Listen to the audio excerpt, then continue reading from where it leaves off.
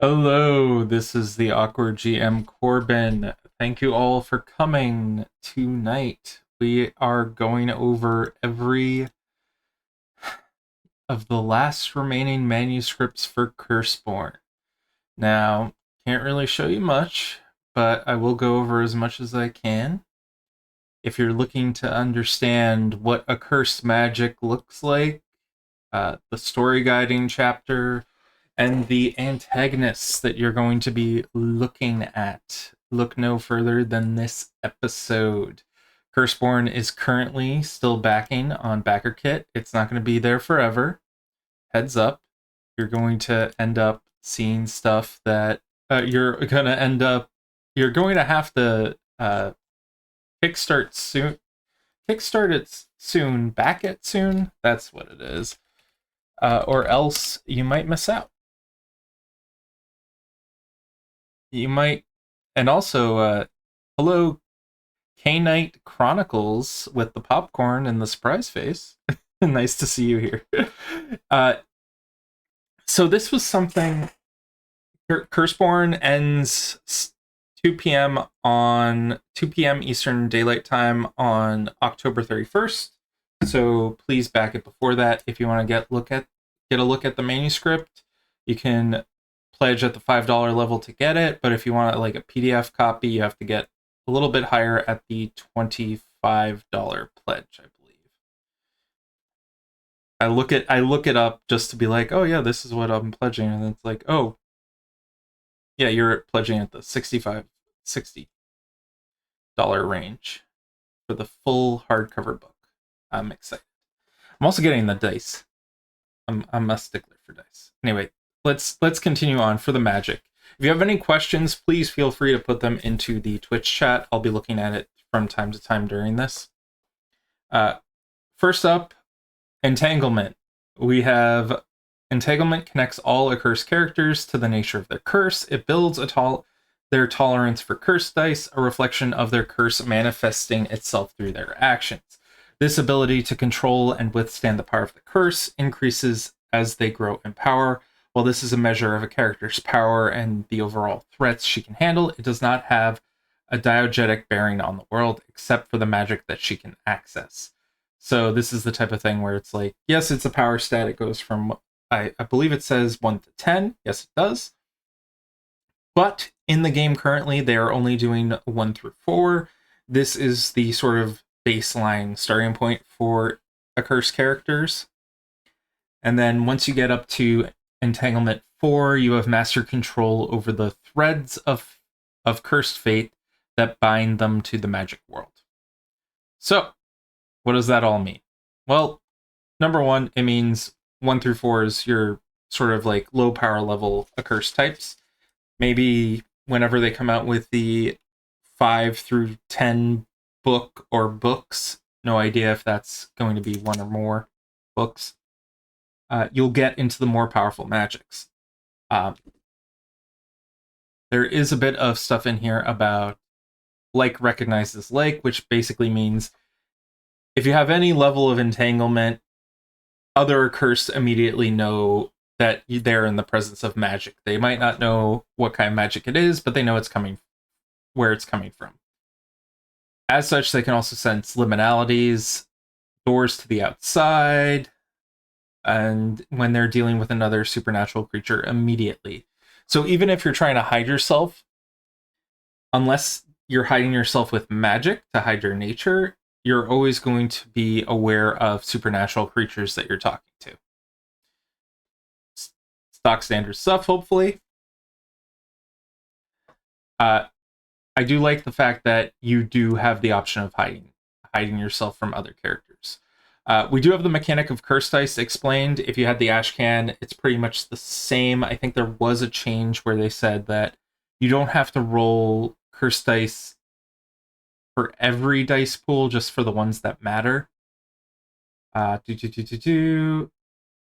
Dice pools held. So you have your held curse die, which means if you when you gain curse die, you're holding them on your character. So you have like one to start at a story, and therefore you're holding one die.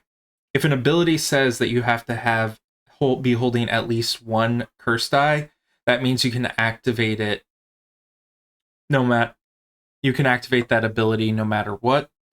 I did ask a question of whether or not held effects were required. If so, basically, you can hold on to 2 curse die, and then you can cast any spell that you have, and all spells that you have that require holding curse dice at 2 or less. So if you have 2 effects, such as like I don't have an example yet, but we'll get to it. But if you have 2 spells you want to have go off that are you holding them, you can have them go off, and you don't need to have like an accumulative 3 curse die on your character for a 2 and a 1. You just need to have 2 because it's only checked. You're only checked against the total amount, not the accumulative amount. Actually, not total, highest, I guess. Anyway. There are various ways to gain curse die. You gain it for fulfilling an obligation to your family or role path. You gain curse die through your torments. You gain it in the first scene in which your entire crew comes together to solve a situation, when entering loopholes, when you exemplify your family's themes, and when you take an action required to resolve your damnation, even if your character is not suffering it at the time, which is important to know. Bleeding curse die is when you remove curse die from your dice pool, you stop holding them. This is for casting spells, for activating inherent lineage abilities, for entering locked liminalities, and characters may bleed curse die in a loophole to transfer them to other people, so like spreading the love around a bit effectively. There is some guidance on what the family curse die, family themes mean when coming to gaining new curse die. It's really up to the player and the story guide to sort of adjudicate that together, but honestly, there's a section in most of the curse lineage and family sections where it says, this exemplifies this is what our family does. And it's stuff like, the faceless don't take credit for things, but also they steal things. They're criminals for the most part. So if you do that, even if you're like against that, if you do that, that's exemplifying your family's theme. We do have the altered outcome stuff. So they come into play when curses are highly charged, or a character has done something to draw supernatural attention. Here are some guidelines to determine when to check for altered outcomes. This is when we have the cruel failures, which is when you have no successes on either your normal dice or your curse dice, and the wicked successes, when you have a success on both your normal die and your curse die. You can have hits on your normal dice and curse dice, but not have enough to succeed on the roll, which means it's still just a failure, I believe. Okay, so here's the guidance on it. Anytime the player rolls dice as part of enacting a spell or a ritual, she must check for altered outcomes. When you take an action within a liminality, and some effects may require a check for altered outcomes as part of their roll effect. Okay, so just general. There's also some guidance here if you want to add it into some like heightened scenes, like when you want to add tension or to heighten the fear of the game and things of that nature. It's fun. We have the curse dice tricks. There are special rolls that you get, or special tricks, which are special abilities that you can spend hits on that you roll. So when you roll dice, if it's an 8 or better, you get hits. There are special tricks that you can spend to do different things, such as area, where you can turn an influence action into a like close range influence action that affects all people within close range. You have fast friends, which allows you to create a bond with another character very quickly. Glad handing is something where you can bypass the difficulty of a social barrier. I would say status effect or something akin to that nature, but it's more like it reduces the difficulty of certain things. Um, so the examples it gives is social barriers such as red tape, social status, lineage status, etc. Otherworldly sense is a trick that allows you to effectively gain additional evidence with the accurse tag. I didn't go over the improved investigation system that much last time, but basically there are tags tied to specific pieces of clues, and I believe they apply enhancement depending on what they're or what they revolve around. Anyway, so we have also reaching, which you can apply to. Wait a minute. I think I could have sworn there was. Oh, if there's nothing. So, otherworldly sense also allows you to have a supernatural detection. Uh, I think, honestly, I would say that this would allow you to detect incorporeal ghosts, but that's just my opinion. I'm not sure. Maybe I'll add that as an errata thing. What page is it? 6 of 4. 4 page 6. Other sense. And thank you for the people who are following me on Blue Sky, the everything app. I don't know. They do have rules for entanglement. It maxes out your total number of curse die. At entanglement 1, you have 5 curse die. At entanglement 4, you have 9. And then you can learn foundation spells from your lineage spells or your family or lineage attunement. And then when you get up to entanglement 3, you can learn foundation spells from other groups as long as they're a lineage attunement, but it doesn't have to match your own. We do have rules for curse binding. Basically, quickly going to say the effects of curse binding are myriad, but the common effect is that someone suffering under curse binding gains the unlucky status effect. I am not going to look up that one just yet, but basically, you can basically cause bad shit to happen to normal people for no good reason. Lineage practices. Okay, so this is where we're getting down into the actual spell mechanics. I'm going to cover this for a little bit. I'm not going to cover every spell, but spell mechanics, you have your attunements for each of the spells. Actually, let's go back to practices. So there are 5 different practices. You have your 5 different categories of practices. You have your haunting practices, which are for dead, predation, which are for hungry, maelstrom, which are for primal, manifestation practices, which are for outcasts, and invocation, which are for sorcerers. Now, there are spells within that cross over, but that's the general category of these spell listings. I think, for instance, predation, there is a spell called Embrace by Darkness.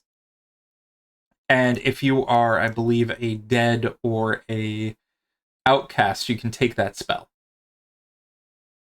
That's because it has the lineage attunement. Lineage attunement unlocks a spell for additional lineages if it carries a specified lineage or family.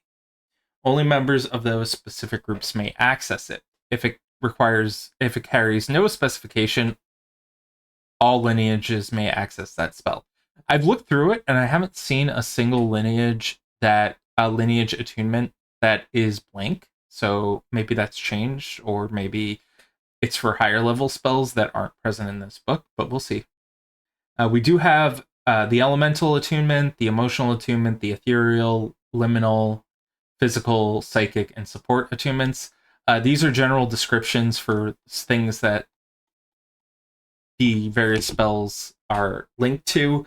Also, if you have motifs, or if you've chosen the right motifs, you might have additional effects depending on the attunement of the spell you're casting. We have advances. Advances, essentially, you're going to have a spell. It's going to have, a cost, an effect, the various attunements, but also it is going to have advances. Now, advances are essentially a way to improve on the spell. They allow you to repurchase a foundation spell for additional effects. These advances expand the base functionality of a spell and introducing mechanical elements such as holding additional curse die to increase the effective range, or bleeding a curse die to add an additional powerful effect. Each advance costs 5 XP each, and you have an entanglement prerequisite, which is noted in the spell. So it's going to say something like advancement entanglement 1, and that means that you can purchase it as soon as you're at entanglement 1. If it says entanglement 2, you have to be at entanglement 2 to purchase this advancement. You may also design unique ones if your story guide approves, which is cool. So we did that. I said then I basically gave the general rundown of that. There is a thing about how casting spells can be treated when they might need a die roll. It says here, use Esoterica 1 at Esoterica at a difficulty of 1. You have clashes. Clashes usually involve appropriate dice pools against 2 players, such as like if an unpickable lock versus an unstoppable lock picker. This requires a clash, and you determine which skills plus entanglement are appropriate. So that's a very like down and dirty way of doing it. Easy to remember. Let's go over some spells. If you have any specific spells you want me to go over, please leave them. Like if you want some from Hungry or from like Sorcerer, things of that nature, just let me know. I think I'll try and cover like one from each very quickly, and then we can get to the story guide section. The story guide section, I was really happy with how it looks. And lastly, we have ritual magic, which I will talk about in a little bit. I myself kind of consider a curse magic very like easy to use and understand, so you don't have to worry too much. And the ritual are more complex. Anyway, let's look at haunting. So we have incorporeality. Let's look at creepy doll. You have to hold 1 curse die, and it has the ethereal attunement. The dead gives an inanimate object they inhabit motive force, enabling them to directly affect the world in physical ways. When you activate the spell, you can choose a single object in a scene to inhabit for a number of rounds equal to your entanglement. In combat, this must be done as a simple action that cannot be mixed with other actions. While you inhabit the item, your body becomes comatose but remains standing in whatever position you left it in. So if you decide to possess the gun that someone is holding, that's something that you could do. Maybe even like adjust it so that I think you can perform an action that the item can normally perform, such as aiming and firing a gun, using a stuffed bear to influence someone's calmness, or running with a mannequin. So you get a +2 enhancement to actions that are a physical purpose, but you suffer a complication on inappropriate actions, such as hammer attempting to give first aid, causing you to suffer the stun status condition. That's pretty funny. There's some extra stuff in here if you possess vehicles, And corpses do count as inanimate objects, so you could possess someone across the room, I would say, and then you could like basically like, so say you kill someone next to someone else, you can then possess that person to attack that person from behind cover or something. Very interesting ways that you could go about doing this.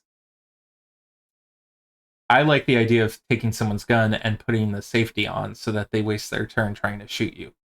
Uh, so that one is a haunting practice. It was a bleed. It was a hold one curse die. Let's look at something that is not hold one curse die. Let's look at something that is maybe used by more than just one lineage. So let's look at Bestial Familiar.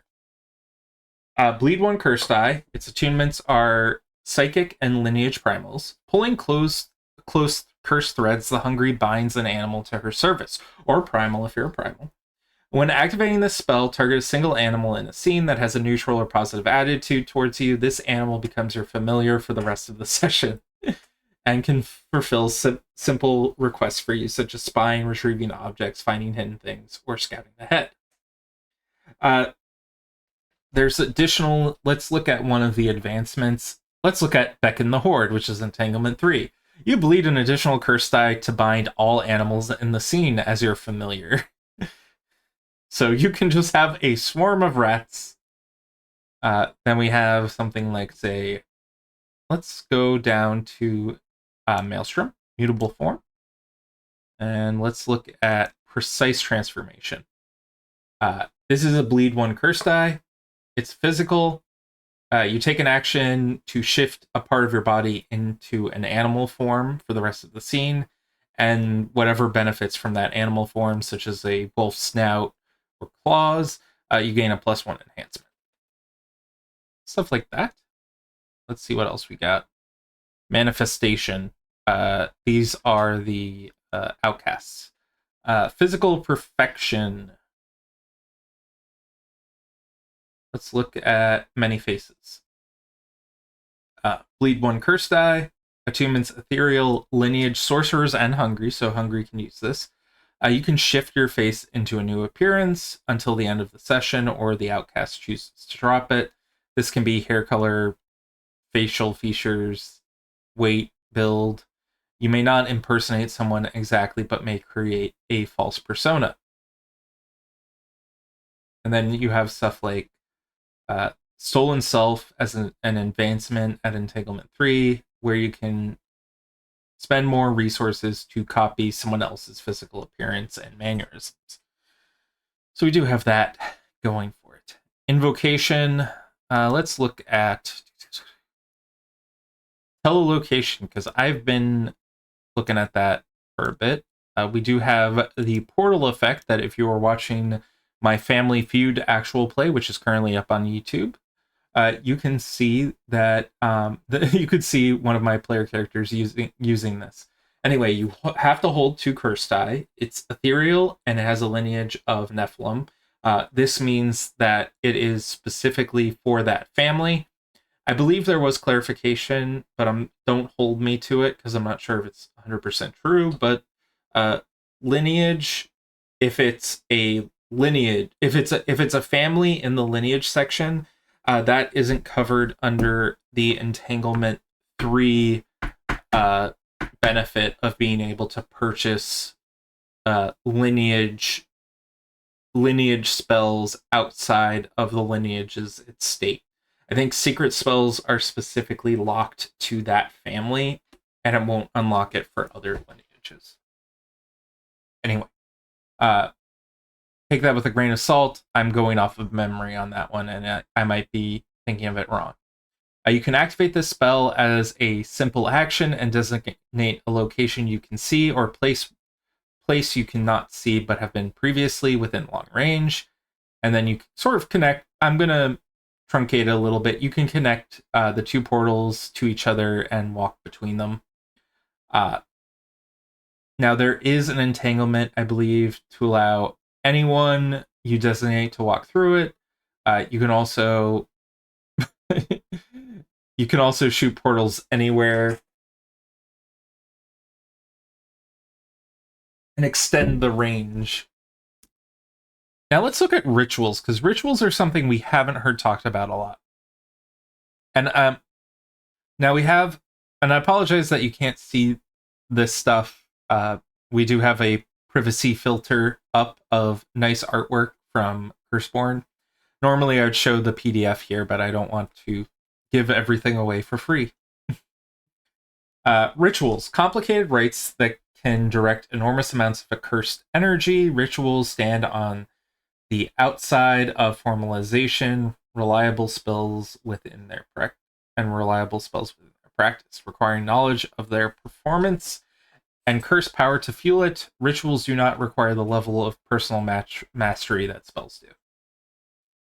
Now let's look at the right stuff. A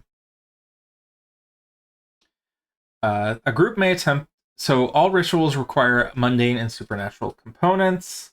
The supernatural requirement is also entanglement and bleeding curse die. A single caster must have at least the entanglement required to enact the ritual. However, going through here, 2 individuals of any entanglement per level. So a group may attempt a ritual together to make the power difference. This requires a minimum of 2 individuals of any entanglement per level of the requirement. So at least 6 individuals must work together to cast entanglement 3 ritual, no matter their entanglement, if it is below 3. Then the caster must bleed the required curse die. Okay, so it means basically, if you want to cast a spell, a ritual of entanglement level 2, and you only have one person, you need to have, you only have entanglement 1 characters. You need 4 characters with entanglement 1, because your number is basically divided in half. I hope that makes sense. Apologies if it doesn't. That's mostly on me for explaining it wrong, probably. There's a nice example in here about what's going on here. If you cannot bleed the curse die, you will suffer injuries and gain the unlucky status effect. Oh, in this way, mundane actors can even cast rituals. So, great! Just cut open your hand and you're opening up a portal to the nether world. There are various things about if the leader caster is lower entanglement than the ritual, there's a complication added on. There are a variety of things that can affect this. Now, let's look at the Friendly Officers Patrol Map ritual. I'm going to cover it in broad strokes. It's entanglement 3. It's going to cost you about 6 curse die, so it's more curse die than an entanglement 4 character has typically. It does have a range and scope of a city block. Physical requirements, a map painted. Well, I'm not going to say those, but there is stuff with artistry or culture to basically get the prerequisite effects. And then the effect that you're going to get is it's going to populate moving figures of local law enforcement, whether police officers, judicial appointees, mall cops, or nosy HOA members, and it will last for the rest of the session. And there's additional stuff in here about the mechanical benefits of that, but basically, these are the types of rituals that will help you do things that a normal ability might not. You now have a map, essentially, which is like a magical item that you can look at in order to avoid the police or people of authority. Excuse me.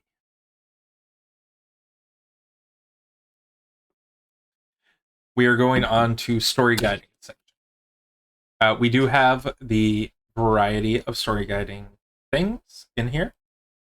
You're going to find stuff like best practices, some advice for running a game. You are going to also find stuff about helping to do stuff on a budget, such as using online dice rollers, digital books, using a music playlist from a streaming service, getting food together and chipping in, stuff of that nature. Uh, talks a little bit about digital tools such as chat servers, in-character chat groups. I really liked having that in my West Marches open city style of game that I did, where players would talk in like bars and character and things of that nature. Um, Now, playing as the other, I'm just gonna go do. There's some advice on various scene types such as role play scenes, puzzles, romance, research, mystery. I really like. It does sort of have a plot structure for the mystery that you can like try and use to help build your own. It does. They do talk about if you want to play out a detailed stealth scene, you can check out the heist rules. So that's awesome. We have heist rules. Building encounters, you have action combat with some fine tuning the level of combat. Uh, I did um, I did hit this in my actual play where my players went up against. I think it was a what's the level? Okay, so uh, the adversary template levels are Shiver, Fright, Terror, and Nightmare. I had my players go up against one Terror and like eight. Maybe it was six, like six Frights, and they were nearly taken out immediately. It was tense. We were we were tense. In any case, influence, stuff about influence. Remember, consent is key. You can always have players accept a hard bargain or ignore the results. If you ignore the results, there is the benefit of for the GM that the next action the GM character performs against that character gets an enhancement bonus. I think at least that was in the ash can when I looked that up. We have discussion about mood and feel, how to dictate your own mood and feel. Uh, Variety of things such as using the rules, such as character creation, having a session 0, using rule 0, where the GM, I think, is the last person to make the decision. And then we go into setting the scenes. Now, this is the part that I really enjoyed from the manuscript. Uh, Basically, they have here a bunch of example locations and scenarios. So there's an airport, and it talks about what reason your players might be at the airport. Uh, you have an arts district, a city hospital, a corporate quarter, docklands, downtown high street, green space, industrial zone, inner city, law and order, luxury villas, nightlife circuit, nooks and cranny, which goes into a bunch of different stuff such as shops and clubs, uh, the outskirts, places of worship, suburbia, tourism spots, transit hubs, and university. I'm going to cover the I'm going to go over the nightlife circuit just a little bit. This one actually does have an example of the champagne room, which was from the Ashcan, which I really enjoyed. Uh, some things never go out of style: booze, drinking, dancing, the occasional pinch of something a little spicy. The city has no lack of nightlife, and some even ask for ID. Some people gravitate towards loud music, pounding feet. Others desire a cool establishment bathed in ultralight, where a repeating beat drums throughout the night.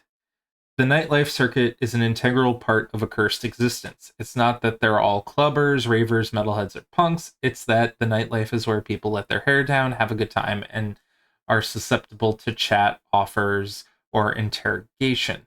Nightlife is a powerful magnet for other supernaturals and predators, compelling a curse to stand on the corner with a drink and watch the alleys or blend in with the unusual crowd to see if they can pick up the scent of something unnerving. It also is the rare opportunity for a curse to feel normal.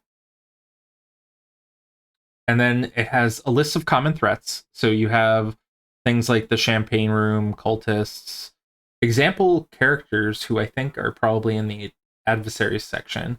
Red Riding Hood, which I know is an adversary, and then something called a tetraphiliac and voids. Now, I don't know what those are specifically, but we'll check them out. Uh, Common curses: order and pour away a shot for the dead to receive the lineage's friendship. If a woman in scarlet asks for a light, do as she says. Someone you detest will suffer a fire soon after. Oh, so if you help her, if you give her a light, she'll light someone else's house on fire or something. That's crazy.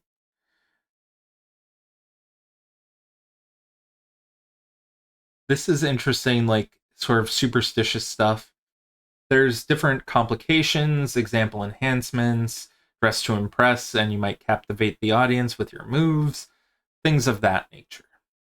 And then, of course, you have the example of the champagne room. I'm not going to cover that. That's in the ash can if you'd like to check it out.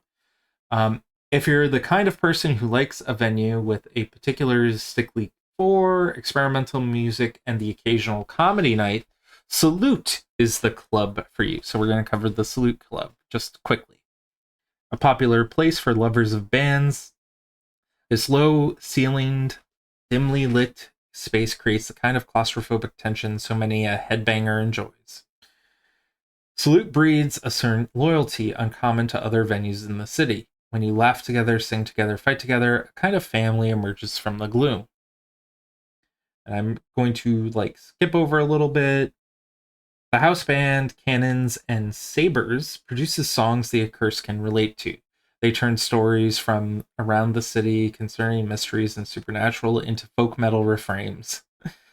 That is interesting. I like the idea that you might want to get the gossip from around the city through a band. Okay. That is basically the story guide section. I glossed over it, but it's about 51 pages long and has a lot of good stuff in there, not just for people who are new to being a story guide, but I feel like for people who are familiar with being a story guide, like myself. I do like the idea of going through and having example stuff for if my players go into a nightclub and I need something off the cuff that I wasn't expecting. Adversary template. Okay, so we have a variety of adversaries that are going to be used in the game. Uh, so you have the unlike characters, adversaries use a simplified set of traits to allow story guide ease of management and decision making. So we do have them broken down into the 4 levels of shiver, fright, terror, and nightmare, where shiver is the weakest, nightmare is the most dangerous. You have a primary pool for your NPC character, for your adversary, secondary, and a desperation pool, which is for everything else that you are not equipped for. So primary pool for someone, say like a cop, might be firearms. Secondary pool might be something like de-escalation or something of that nature. Uh, these pools have a couple of actions listed on them, which give you an idea of what the character is good at. So you can sort of adjust as you see fit.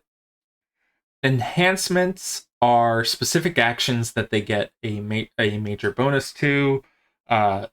This is usually an enhancement of like 1 to 5 or something. So, usually 1 to 5, I think. The enhancement is a +1 hit if you succeed on the roll. It is not applied before rolling or anything. You have defense, which is a static number that a character is going to use for their defense against attacks. Weaker adversaries are going to have 1. More difficult adversaries will have 3. Or no more than 3. Same thing for integrity, however, it's for influence action. So if someone's trying to socially manipulate another character, or an NPC character rather, they're going to have a 1 or a 3 as the target number for that. Then you have injuries. Injuries are basically the number of hit points a character has.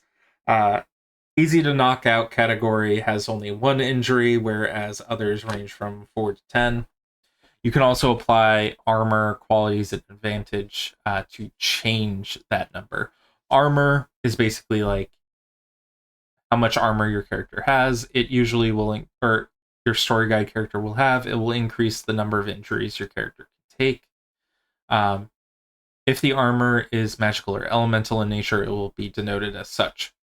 You have a static initiative pool that is set up there. So these are the number of dice that you'll roll for initiative.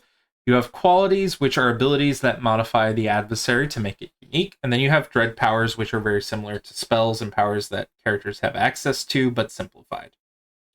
And then there's special, which is a unique perk that a character might have that you might not normally see. So I did say Shivers were the weakest. They have a primary pool of 6. They have a defense of 1, integrity 1, injuries 1, no armor, initiative 3, and their like qualities and dread powers are between 0 and 3. So they're very weak characters. Meanwhile, the nightmare characters are like primary dice pool of 12, so it doubles doubles the amount that the weakest character has. Its injuries are 10 instead of 1. It can have armor. It can have its initiative is very high. Its qualities and dread powers are 1 through 6. And they typically do have a special thing such as having advantage over one of the arenas. We also have a character sheet, NPC sheet for Shattered Spaces because they behave a little bit differently than normal adversaries. We do have a list of variety of qualities for your adversaries. These are things such as Curse Leech. Within medium range of this adversary, any accursed ability require bleeding curse dice instead requires bleeding an additional curse die.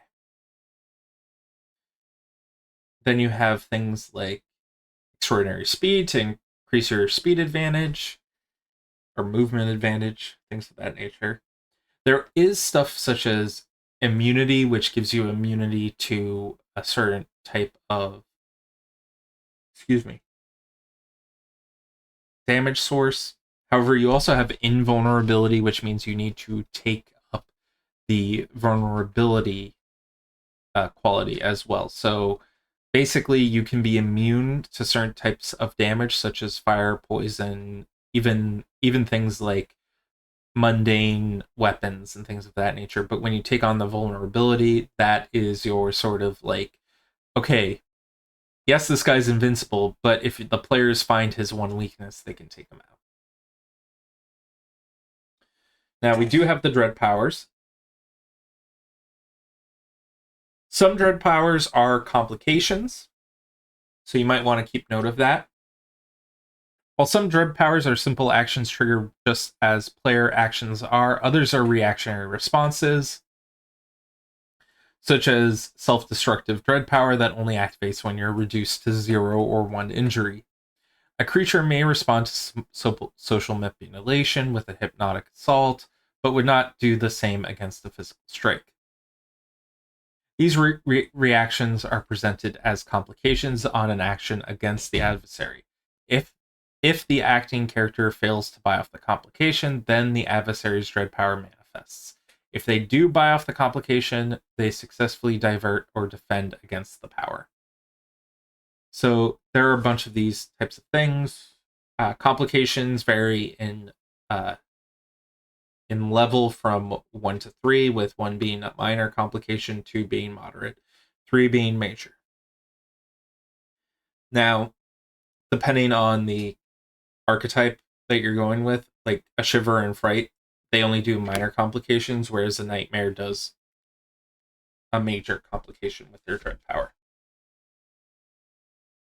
Dread powers do have prerequisites sometimes. Some have an injury requirement, which says that the adversary needs to be at full HP, full injuries rather, or half rounded down. And then there is one for one remaining, which means the adversary must be down to their last injury to use it. You have some actions. So the dread powers are broken down into two. There are actions and reactions. I'm going to cover like one or two from each one if we have time. We have consume. The adversary consumes the curse inside its victims to sustain its own life. It is a reflexive action, so it doesn't take up a simple action. On a successful close combat attack, it can regain one injury by eating a generous handful of their enemy. And there's different stuff about if you go over maximum health, what does it give you? Well, it gives you an enhancement. And for other creatures who are higher tier, like terrors or higher, it can be applied to ranged attacks. And if you're a nightmare, you gain power advantage, things of that nature. There's a little more nuance to it, but that's sort of like the general gist of it. I'll see if I can find a simple action. Something that would be fun. Let's look at Trample. The adversary charges at its opponents violently. As part of a rush movement, you may purchase the Shockwave trick for one hit. Unlike the normal rush, Trample can be used even if the adversary starts at short or close range. So Shockwave trick is essentially targeting multiple people. We have the reactions, and I did mention before that they apply a complication. They're always reactionary and only apply when a specific action is taken.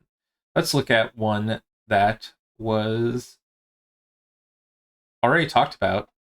Devastating Blow. Terror, Nightmare, Shattered Space. You have to have half of your injuries to apply it. It is a complication in melee. If the adversary hits a character so hard that the adversary hits a character so hard she immediately gains the taken out status effect. This status effect can be resolved by another character assisting the target, such as rescuing a kidnapped character or pulling them from rubble. Now, you're applying the taken out status effect, which doesn't reduce your injuries to 0 anymore, I think. I could be wrong about that, but that was the fix I think the devs put in. You have to find it, and it's in a different section. Let's look at a different one. We have Hypnotize. The complication on any action. The adversary's presence beguiles those who interact with it. The character immediately suffers one of the following status effects, such as ennui, frayed temper, guilt-ridden, or sleeping pills. Let's look at some example adversaries. And I'm going to list a few out here. And we might have a little bit of a little bit of fun here. I'll see if I can get the website loaded. If people know, they know. Okay, I guess not. I might be going a little crazy.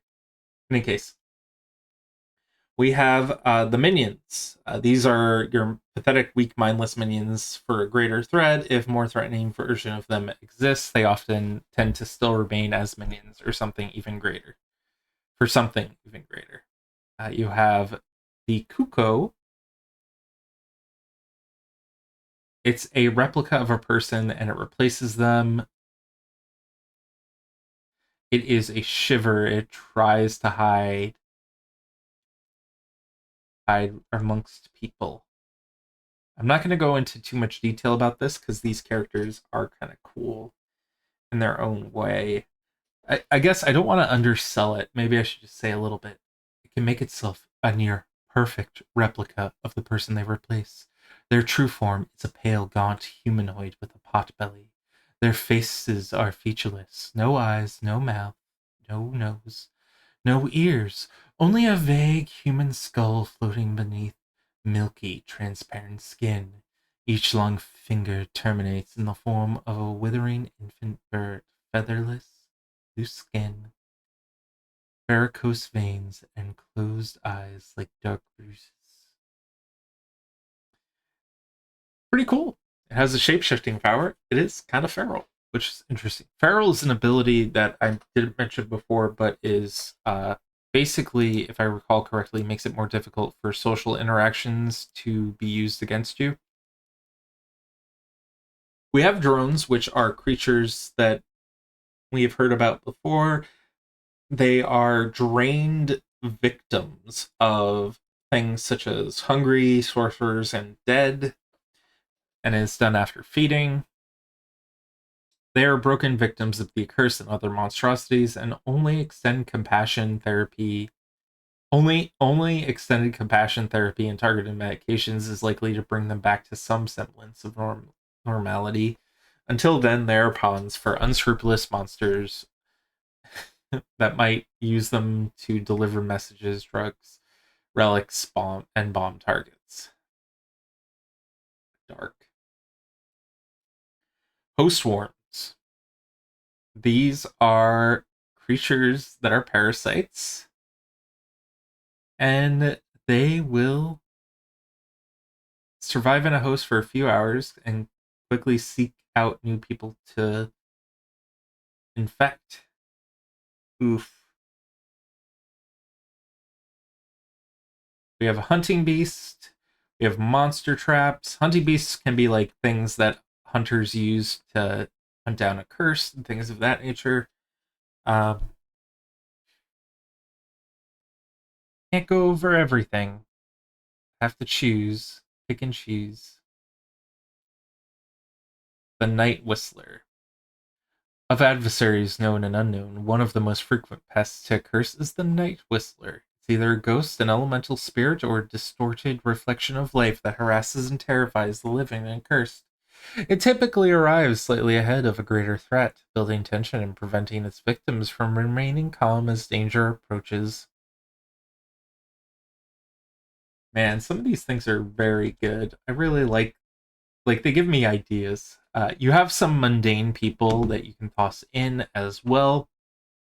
You have stuff for cops, cultists, exorcists, horror streamers, Sisters of the Cross, which are a group of religious fanatics, street criminals, venators, which is a catch-all term for people who are hunting a curse.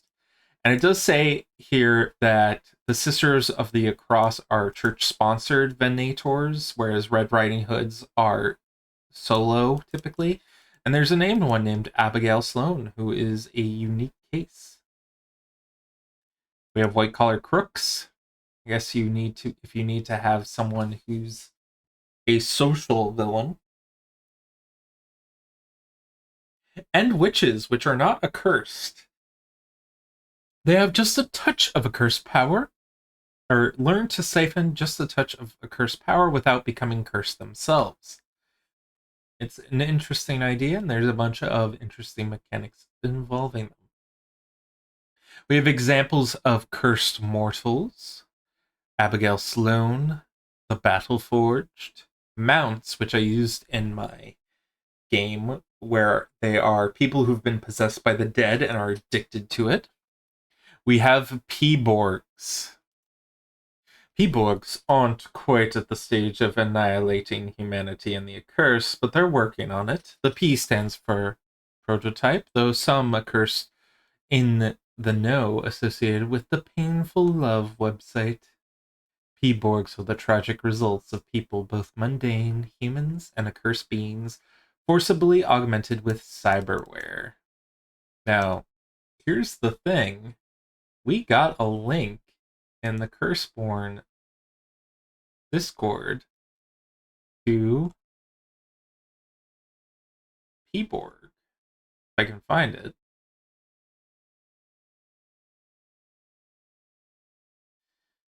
I know Kim posted it in here. Or maybe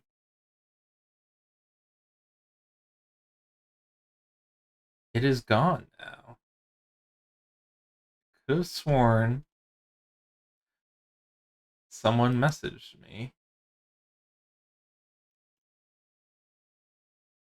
Okay, I'm bringing it up.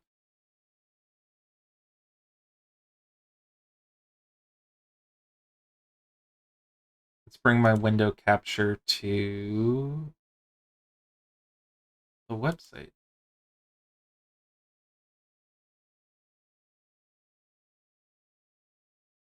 You shouldn't be here.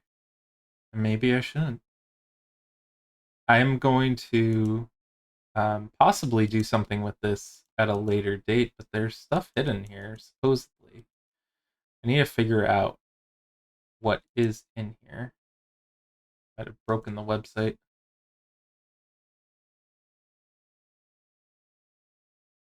So supposedly there's something here more. I'm gonna look into this on my own channel, but this is kind of like what you might be expecting.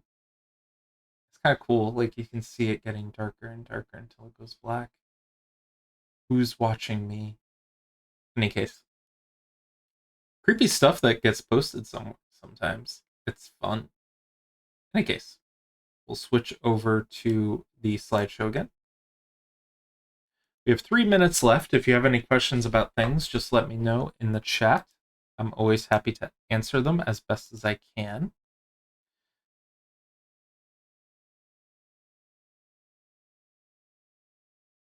Painful love. Be wary of it. I'll leave it on in the background. Maybe it'll change to a different website. Ooh, it did. It did change to something else, but I'm not going to show it. Any case, Cyborgs come in dozens of forms, often resembling something between human and an idealized version of an outcast. They're pretty cool. We have the Red Riding Hoods, which I'd mentioned previously. They were previewed. We have the Tetraphiliacs, who are, the way I would describe them, they are very like try to be sympathetic and try and attach them to people. Um, they feel like very much like stalkers. Then you have the betrayed, who may or may not be another lineage of a curse. They are people who seem to is always a single mortal and a curse failed, killed, or left for dead. They are close to an curse's life. They seek nothing less than the total destruction of their betrayer. We have example accursed. There's the Bandy Man. He squeak squeak of old wheels rolling an older axle alerts the accursed that is infamous. Is this infamous sorcerer is approaching. He only ever travels on this, his preferred method of conveyance. A large trike with a cart towed behind, his even larger body plumped on top of it. As it comes to a shuddering halt in front of his clientele, he pulls the sick blanket off his wares and asks, "What's your pleasure? What are you buying? Go on, take a closer look. My stock has been waiting for your eyes." There are some interesting things here. We do have Resurrection Jake, who has a plethora of other names associated with him. We have Dead Clipes, or Clipe. I might be mispronouncing it. These are example antagonists, Dead, who are basically known for taking over the bodies of people who are a celebrity, politician, or owner of something like basically they're more famous fame chasing type Dead.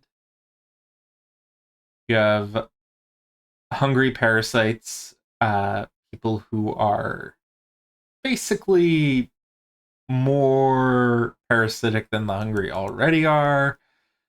You have the outcast apostate. This is the outcast that is trying to make amends and do who wants to atone and make amends and make things right with the outside. Primal predators who are all about just feeding into that instinct that you have and then have to hunt. And then you have the and do damage and things of that nature. And then you have the sorcerer tyrants who are people who are basically don't care about who they harm with their magic. There are a variety of other strange creatures. You have bar guests, crossing guardians, cursed playthings, gargoyles, the greys, hobgoblins, the host, phantasms, zombie flesh eaters. I'm familiar with those. And then you have 5 example shattered spaces. You have the champagne room, which we've done before, the empty haunted house, the Mondays. I have no idea what the Mondays are. But it seems like it's a shattered space that is less a building and more of a like feeling, like very esoteric, ephemeral, maybe ephemeral. And then you have the Painful Love, which is a website. Don't you dare. Stop typing. I mean it. Close that search engine right now. It is fun. Any case. That is it, really, for the manuscripts. We've gone through all of them together. Thank you all for sitting back and enjoying this. This is the last of our manuscript videos, streams. It seems crazy to think that Curseborne started kickstarting merely 4 weeks ago, 5 weeks ago. Time works weird.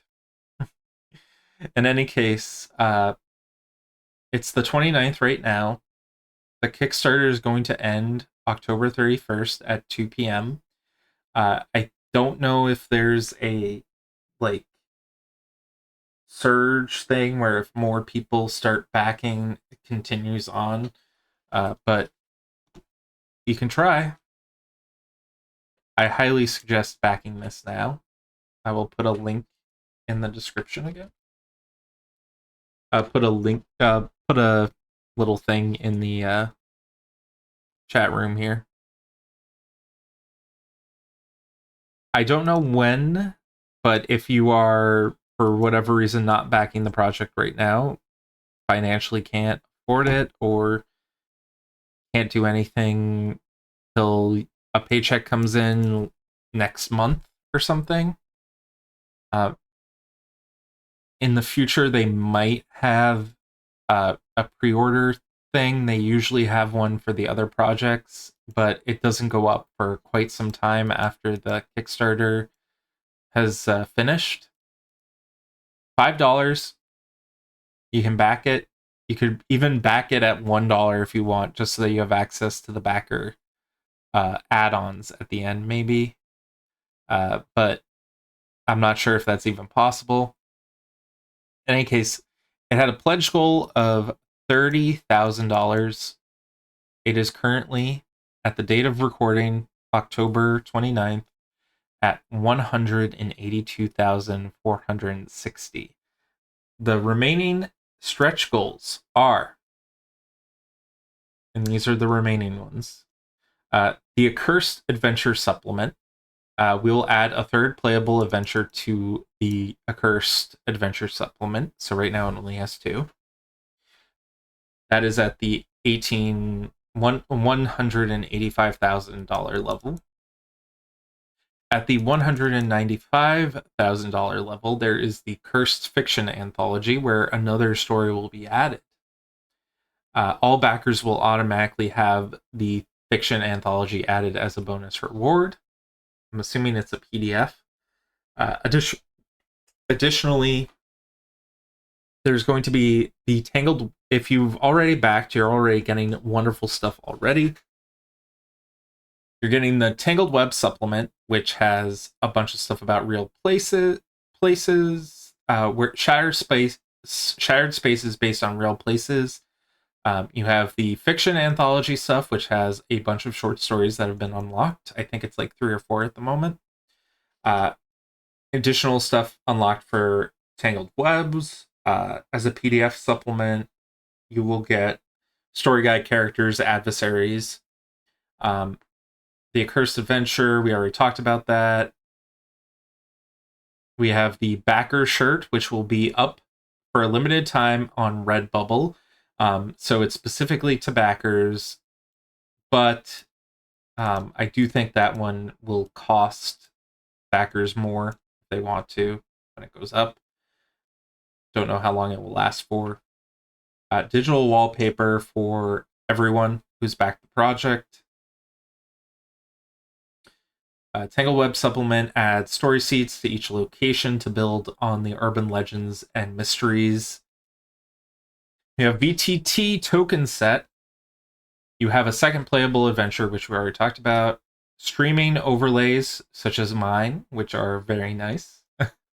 Or something maybe to make something similar to mine. I don't know. It could be even something completely different. I have no idea, but I really like that I could get streaming stuff for this.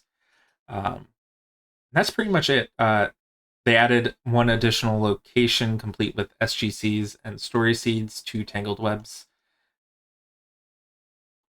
Other stuff, just to go over this, we have other rewards that you can put in there. You can add ons such as slipcases, any number of things. Oh, the add ons are you can add on the book, you can add on the PDF, you could add on the deluxe rulebook, the slipcase rulebook, the story guide screen, curse dice, which I did to the curse dice because I loved it. And then you have like stuff like the core manual, World Below, the core manual for Story Path Ultra, which you don't need to play Curseborne, the World Below, At the Gates. They came from the anthology, and Scion second edition and Trinity Continuum second edition. I apologize if I got that wrong. In any case, I'm sorry I'm rambling. I'm just really excited for this project. I hope you've been too. Thank you so much for listening. I'm the Awkward GM Corbin. You can find me on YouTube at the Awkward GM Corbin, and I'll post that link in the chat if you haven't already checked me out. I finished Curseborne month. I have one more video to post. I'm probably gonna post it either tomorrow or the day after, but we'll see what happens. Thank you so much for watching. I hope you all have a good one. And I need to put over to the pre-roll.